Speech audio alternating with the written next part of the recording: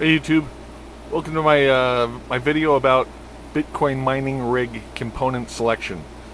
So in this video we'll discuss what I went with and why I went with it. I don't know well Unix or Red Hat or any of those operating systems. I'm a Windows kind of guy. So I wanted a system that would be easy to run based off of Windows.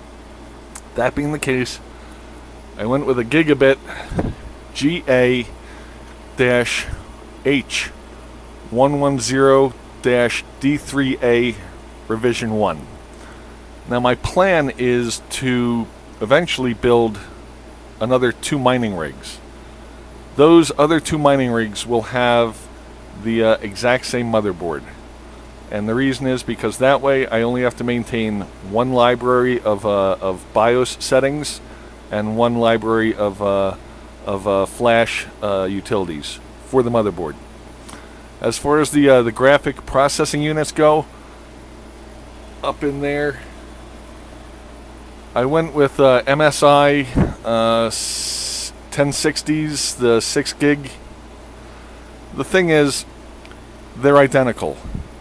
I've only got 4 in there at the moment. I've got another one on order. Tomorrow I'll order another one if I can find it. Yes, I could have put a EVGA or an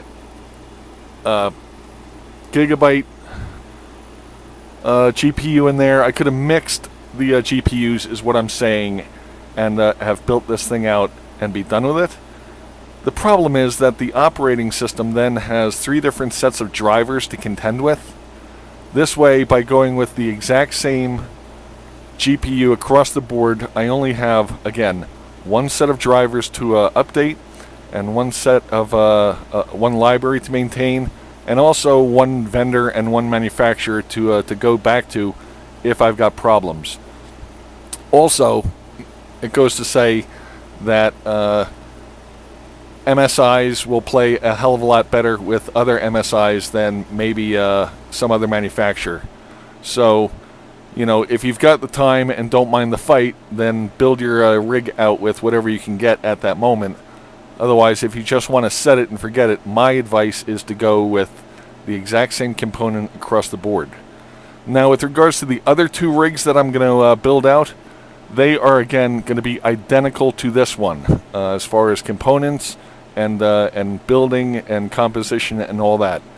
And again, that's so that if I have an issue with one or a corruption in the operating system with one, I can burn an ISO, or I can have an ISO on hand of the Virgin build, and I can just restore that ISO onto the corrupted machine, and again not have to get into hunting down updated whatever.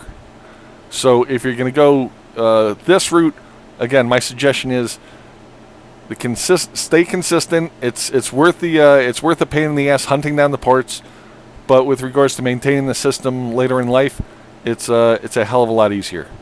So those are my thoughts. If you have any questions about my rig, let me know in the comments. Otherwise, we'll talk to you later. Shelka04 out.